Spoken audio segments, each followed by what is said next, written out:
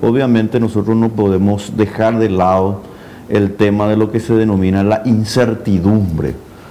Todos sabemos que luego de esta pandemia que estamos todavía teniendo, si hay un signo que le ha caracterizado y le sigue caracterizando a las economías mundiales, tanto a los países desarrollados y subdesarrollados, es el grado de incertidumbre.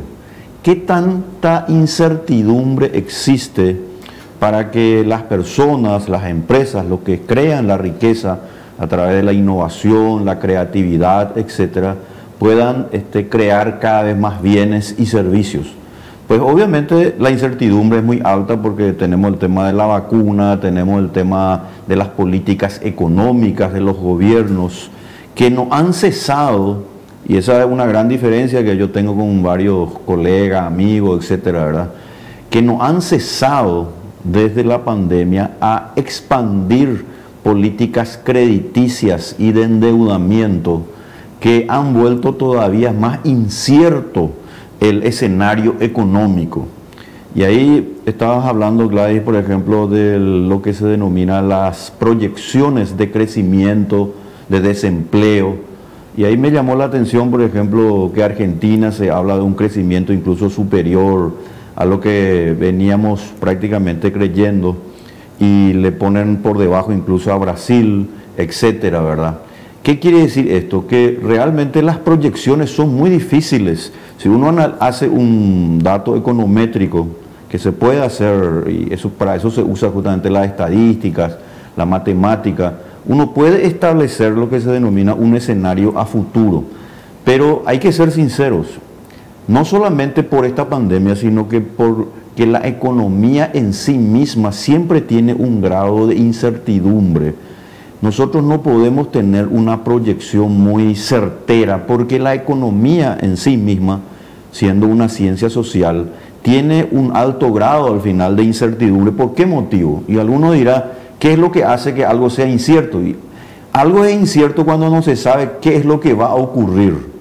Pero cuando el Estado, a través de los gobiernos, se meten en la economía, es decir, se meten en los asuntos que hacen los individuos y las empresas, ahí empieza el problema. Yo diría incluso un gran problema. Porque una cosa es disminuir el grado de incertidumbre, que se puede hacer a través de las reglas, es decir, a través de las instituciones.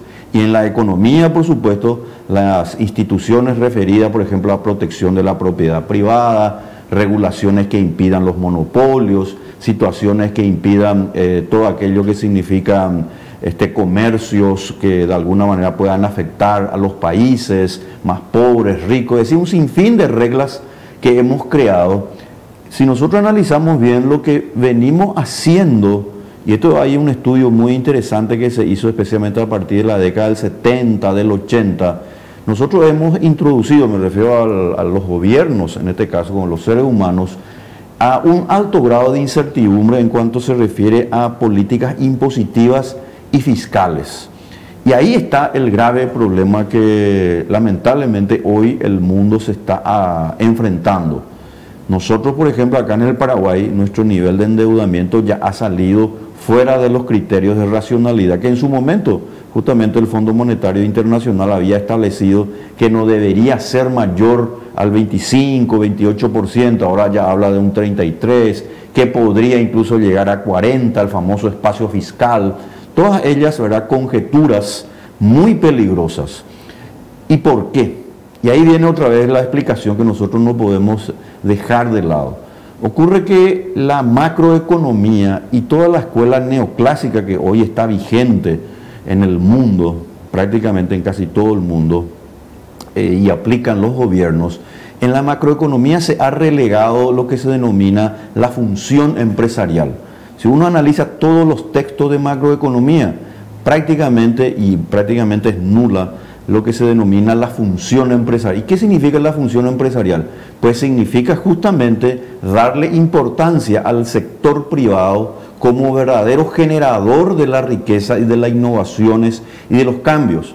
Y cuando la macroeconomía, a través de la elegancia que tienen los neoclásicos para seguir explicando la importancia del Estado, pues lo que tenemos es que seguimos de alguna manera engordando al Estado, es decir, a esa organización política, jurídica, económica ciertamente, y tenemos ahí un inconveniente, o varios inconvenientes. Uno, cada vez más regulaciones, cada vez más endeudamiento, cada vez más impuestos. Por ejemplo, España, por ejemplo, está llegando al 105% del endeudamiento en cuanto a su Producto Interno Bruto, por citar nomás un ejemplo de la madre patria España.